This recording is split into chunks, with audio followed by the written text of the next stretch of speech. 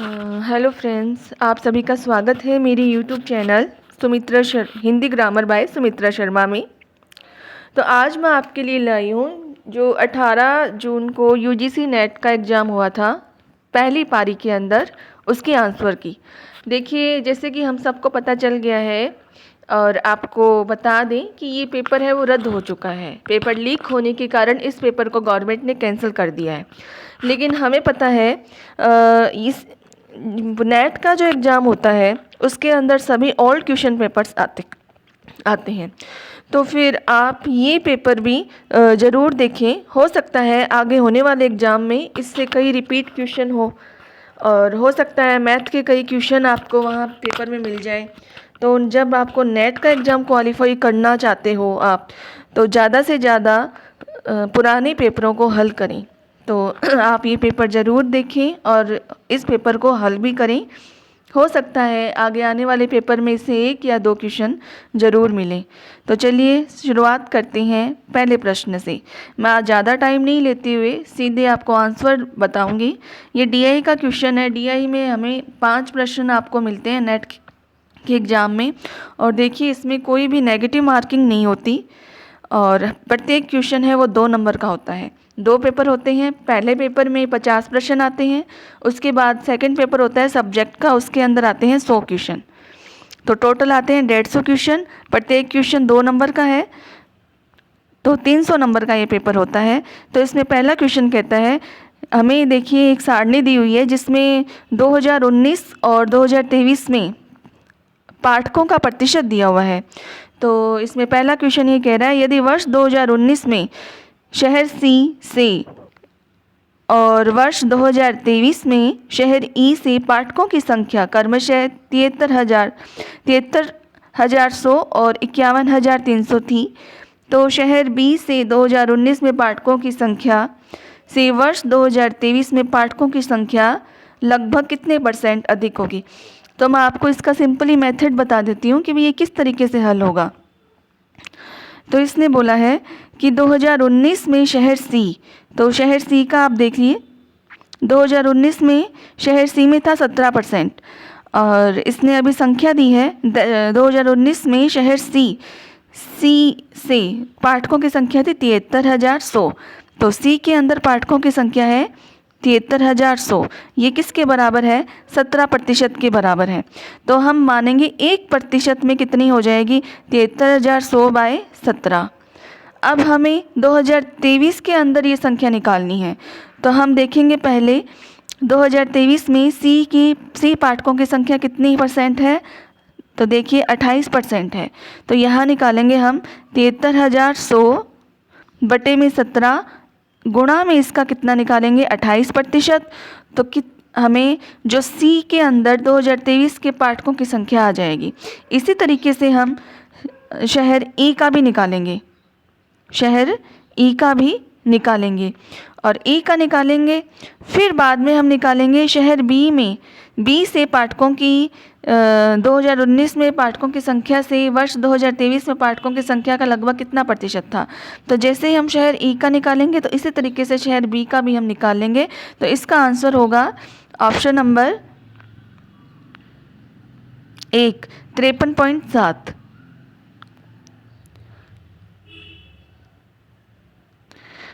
दूसरा प्रश्न है, वर्ष 2019 में व 2023 में शहर डी में पाठकों की संख्या क्रमशः 77,400 और 1,14,000 थी, तो शहर एफ में पाठकों की वर्ष 2023 की संख्या और वर्ष 2019 की संख्या के बीच का अंतर कितना है।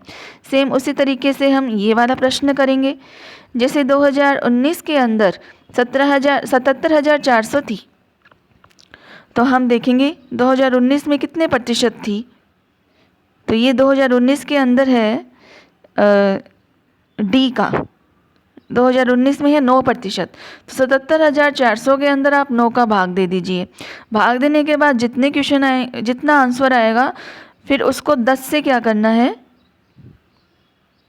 उसका 10% निकालना है। या फिर सीधा कर लीजिए, 2023 के अंदर 1,14,000 थी डी की, तो डी की ही 9% नहीं 10%, तो 1,14,000 में 10 का भाग दे देंगे। तो इस तरीके से निकालेंगे तो इसका आंसर आएगा ऑप्शन नंबर 2। तो इसका राइट आंसर है ऑप्शन नंबर 2, 27,200। इसी तरीके से तीसरा प्रश्न है, यदि सभी शहरों में ए से एफ को मिलाकर 2023 में कुल पाठकों की संख्या 50,000 थी, तो उसी वर्ष ठीक ठीक कितने शहरों में पाठकों की संख्या 7400 से अधिक थी? तो इसका सही आंसर होगा 4। आप निकाल लीजिए। आगे बढ़ते हैं। प्रश्न नंबर 4 है, यदि सभी 6 शहरों में ए से एफ से पाठकों की कुल संख्या वर्ष 2019 और 2023 में क्रमशः 4.3 लाख और 5.7 लाख थी, तो शहर बी और शहर सी से पाठकों की 2019 की कुल संख्या और 2023 की कुल संख्या के बीच का अंतर कितना था? तो देखिए इसका राइट आंसर होगा ऑप्शन नंबर 1। पांचवा प्रश्न है, यदि शहर ए से पाठकों की संख्या वर्ष 2019 की संख्या का वर्ष 2023 की संख्या से अनुपात 2:5 था, तो सभी 6 शहरों में पाठकों की संख्या वर्ष 2019 की कुल संख्या का 2023 की संख्या से अनुपात कितना था? इसका सही आंसर होगा ऑप्शन नंबर 4। आगे वाला प्रश्न है छठा, लिस्ट फर्स्ट को लिस्ट सेकंड से मैच करना है। तो देखिए इसका सही आंसर होगा ऑप्शन नंबर 1।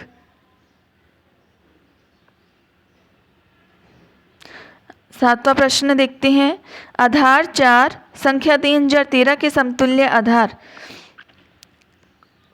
10 संख्या कौन सी है? तो इसका राइट आंसर होगा ऑप्शन नंबर 3।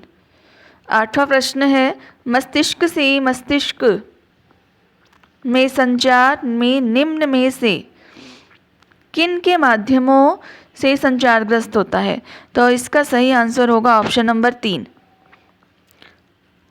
नौवां प्रश्न है, अधिगम समय के संदर्भ में सबसे धीमे से सबसे तीव्र के रूप में श्रेणीबद्ध कंप्यूटर घटकों की निम्नलिखित सूची के सही क्रम को चिन्हित कीजिए। तो इसका सही आंसर होगा 9वें का ऑप्शन नंबर 1। 10वां प्रश्न देखते हैं। ये रीजनिंग का प्रश्न है, लिस्ट फर्स्ट को लिस्ट सेकंड से मिलाना है, सेम कोड वर्ड आपको ढूंढने हैं। तो देखिए इसका सही आंसर होगा ऑप्शन नंबर 2। इसका सही आंसर है ऑप्शन नंबर 2। तो चलिए 11वां प्रश्न है, निम्नलिखित में से कौन सा तर्क दोष है? ये फैलेसी लॉजिकल फैलेसी का क्वेश्चन है। इसमें आपको बताना है कौन सा तर्क दोष है। फ्लू से पीड़ित लोगों को क्वारंटाइन में रखना चाहिए क्योंकि इसे कभी भी रोग को फैलने से रोकने वाले साधन के रूप में असिद्ध नहीं किया गया है। ये बोला असिद्ध नहीं किया गया, मतलब सिद्ध किया गया है। जो ये पराज्ञान मूलक युक्ति है, ऑप्शन नंबर 1 इसका राइट आंसर है। चलिए 12वां प्रश्न देखते हैं। जब संचार किसी समूह की अपने लक्ष्यों की प्राप्ति में सहायक होता है तो उसे किस रूप में जाना जाता है? तो इसका सही आंसर होगा ऑप्शन नंबर 2, संवर्धक भूमिका। 13वां क्वेश्चन है, सही कथनों को चुनिए। तो ये मैथ का है, इसमें सही आंसर है ऑप्शन नंबर 2, केवल बी और सी ही इसमें सही आंसर है, बाकी गलत है। 14वां प्रश्न है, निम्नलिखित में से कौन से डिजिटल पहल अग्रणी अकेदमिक संस्थानों व आरडी संगठनों में कार्यरत वैज्ञानिकों या शोधकर्ताओं और अन्य फैकल्टी सदस्यों की प्रोफाइल संबंधी डाटाबेस को उपलब्ध कराता है? तो इसका सही आंसर होगा ऑप्शन नंबर बी, ई विद्वान।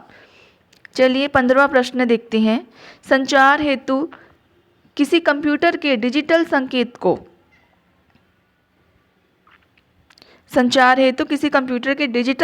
को किसी अनुरूप मतलब एनालॉग संकेत में रूपांतरित करने की युक्ति कहलाती है मॉडेम। ऑप्शन नंबर 2 सही आंसर है। चलिए मैच करना है फर्स्ट को सेकंड से, तो इसका मैं डायरेक्ट आपको आंसर बता देती हूँ। 16वें का सही आंसर है सेकंड ऑप्शन। ये कंप्यूटर से संबंधित सवाल है। 17वां प्रश्न है, भारत का स्वतंत्रता प्राप्ति के पश्चात पहला शिक्षा आयोग। ये बहुत से नेट के क्वेश्चन में रिपीट हुआ है। तो ये है राधाकृष्ण आयोग, जिसको हम विश्वविद्यालय शिक्षा आयोग के नाम से भी जानते हैं। ऑप्शन नंबर 3 इसका राइट आंसर है। तो चलिए 18वां प्रश्न, इसका सही आंसर होगा। प्रश्न देखिए, एक मोटर नाव नदी की धारा की दिशा कतिपय दूरी को 5 घंटे में तय करती है, किंतु आरंभिक बिंदु तक नदी की धारा की दिशा में वापस लौटने में 6 घंटे का समय लेती है। यदि धारा की गति 4 किलोमीटर प्रति घंटा है तो स्थिर जल में मोटर नाव की गति कितनी है? तो इसका सही आंसर होगा ऑप्शन नंबर 3, 44 किलोमीटर प्रति घंटा। 19वां प्रश्न है, कंप्यूटर मेमोरी आकार के बारे में ए से डी के निम्नलिखित कथनों में से कौन सा सही है? तो इसका सही आंसर होगा ऑप्शन नंबर 2, केवल इसमें सी ही सही है, बाकी सभी गलत है। प्रश्न नंबर 20 है, यथार्थ की अध्ययन का निम्नलिखित में से कौन सा उपागम व्यंजित करता है कि केवल अनुभव और इंद्रिया बोध द्वारा ज्ञान प्राप्त होता है? तो इसका सही आंसर है ऑप्शन नंबर 3, अनुभववाद। 21वां प्रश्न है, स्थिर जल में किसी नाव की गति 5 किलोमीटर प्रति घंटा और धारा की गति 1 किलोमीटर प्रति घंटा है। एक व्यक्ति 24 किलोमीटर की दूरी पर स्थित स्थान तक नाव खेता है तो आरंभिक बिंदु तक वापस आता है, उसके द्वारा लिए गए समय को ज्ञात कीजिए। तो इसका सही आंसर होगा ऑप्शन नंबर 2, 10 घंटा। अभी 18वां प्रश्न देखते हैं। 18वां अपन ने देख लिया, 19वां देख लिया, चलो 21वां अब देखते हैं। 22वां प्रश्न, फोटो रासायनिक धूम कोहरे के बनने के लिए निम्न में से कौन सी अनिवार्य आवश्यकताएं हैं? तो इसका राइट आंसर होगा ऑप्शन नंबर 4। अब देखते हैं 23वां प्रश्न, यह जानना कि आपको आपकी बहन की तुलना में बीजगणित अधिक कठिन लगता है, किंतु इससे आप अभ्यास में सुधार कर सकते हैं। यह निम्नलिखित में से किसका उदाहरण है? तो यह ऑप्शन नंबर 2 इसका राइट आंसर है, यह अधि संज्ञान का उदाहरण है। 24वां प्रश्न देखते हैं, निम्नलिखित में से कौन अंतर्निहित स्मृति के उपभाग है? तो 25वें का सही आंसर होगा option number 2, A B D E. Sorry 24वां है, तो 24वें का सही आंसर होगा option number 3, sorry A C और ई। अब देखते हैं 25वां प्रश्न।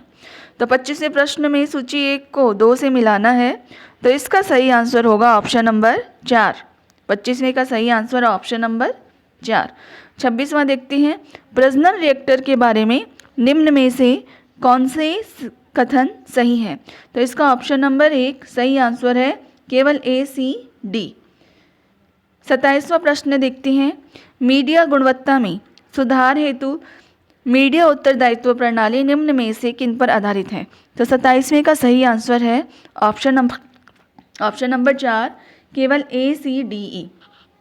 28वां प्रश्न देखते हैं, निम्नलिखित अनुसंधान संगठन उनकी स्थापना वर्ष के अनुसार सही अनुक्रम को चिन्हित कीजिए। तो 28वें का सही उत्तर है ऑप्शन नंबर 3। पहले है ई, फिर है ए, उसके बाद है डी, फिर है सी और फिर है बी। तो चलिए 29वां प्रश्न देखते हैं, जब आप एक या एकाधिक चरों से प्राप्त परिणाम के मान का अनुमान करने का प्रयत्न करते हैं तो आप प्रयोग करते हैं। तो इसका राइट आंसर होगा बहुचर और प्रतिगमन। तो केवल बी और सी। तो चलिए 30वां प्रश्न देखते हैं, राष्ट्रीय क्रेडिट फ्रेमवर्क के अनुसार 4 वर्ष की अवधि वाले प्रोग्राम की स्नातक डिग्री प्राप्त करने के पश्चात ग्रहण किया क्रेडिट स्तर ये होगा 6। ऑप्शन नंबर 2 इसका राइट आंसर है। तो चलिए 31वां प्रश्न देखते हैं, निम्नलिखित को बढ़ते गुणार्थ के क्रम में व्यवस्थित कीजिए। तो इसका राइट आंसर है option number 3, D B C A. 32वां प्रश्न है, यदि किसी अनुसंधान परियोजना को इस प्रकार स्थापित किया जाता है कि जिससे समष्टि में से प्रत्येक को प्रतिदर्श में शामिल होने का अवसर मिलता है तो अनुसंधान में निहित है। तो इसका राइट आंसर होगा 3rd नंबर, प्रायिकता प्रतिचयन।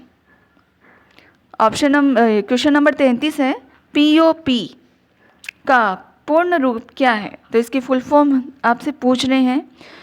तो इसका सही आंसर है 3 number, polycyclic organic pollutant. Option number 3 इसका राइट आंसर है, पॉलीसाइक्लिक ऑर्गेनिक पोल्यूटेंट। तो चलिए 34वां प्रश्न है, सूची ए को बी से मिलाना है। इसका राइट आंसर होगा ऑप्शन नंबर 2। 35वां प्रश्न देखते हैं, इसमें भी सूची ए को बी से मिलाना है। तो इसका भी राइट आंसर होगा ऑप्शन नंबर 2, ए का फर्स्ट, बी का थर्ड, सी का सेकंड, डी का 4। 36वां प्रश्न है, क्रियान्वयन हेतु द्वितीय पंचवर्षीय योजना में निम्नलिखित की अनुशंसाओं को शामिल किया गया है। अब बताइए, इसका सेकंड ऑप्शन होगा 36वें का। सेकंड ऑप्शन सही आंसर है, बी, सी और डी। 37वां प्रश्न है, निम्नलिखित में से कौन सा कथन सही है? तो आपको ए, बी, सी, डी 4 दिए हैं, इनमें से सही कथन देखना है। तो 37वें का सही आंसर है केवल ए और बी, केवल ए और बी, बाकी ये दोनों गलत है। तो चलिए 38वां प्रश्न है, निम्नलिखित में से कौन सा सही कथन है? तो इसमें सही कथन है ऑप्शन नंबर 3, न्याय वाक्य में 5 प्रतिज्ञप्तियाँ होती है। 39वां प्रश्न है, इसका सही आंसर होगा ऑप्शन नंबर 1, ए का 4, बी का 3rd, सी का होगा 2nd और डी का होगा 1st। तो 40वां प्रश्न है, ये फालेसी से है। तो कोई भी घोड़ा विडाल नहीं है, निम्नलिखित में से कौन सा तार्किक रूप से उपर्युक्त कथन के समतुल्य है? तो इसका ऑप्शन नंबर होगा 1, कोई भी विडाल घोड़ा नहीं है। तो ऑप्शन नंबर 1 इसका राइट आंसर है।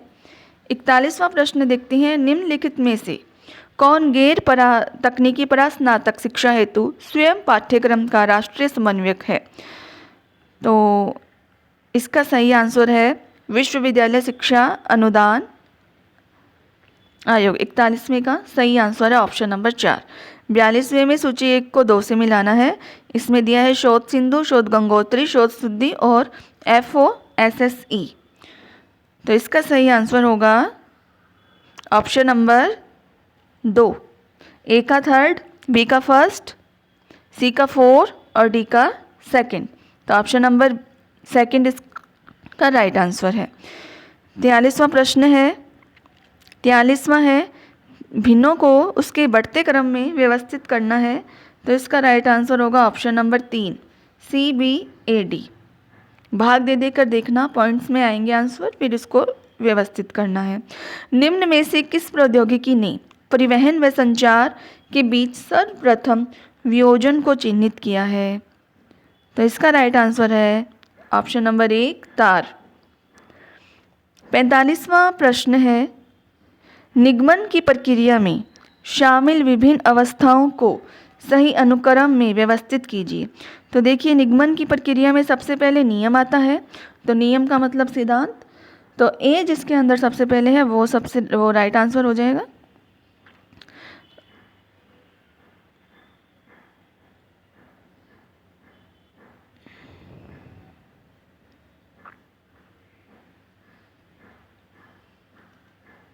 एक मिनट है ना। निगमन की प्रक्रिया में शामिल होने वाले विभिन्न अनुक्रम है।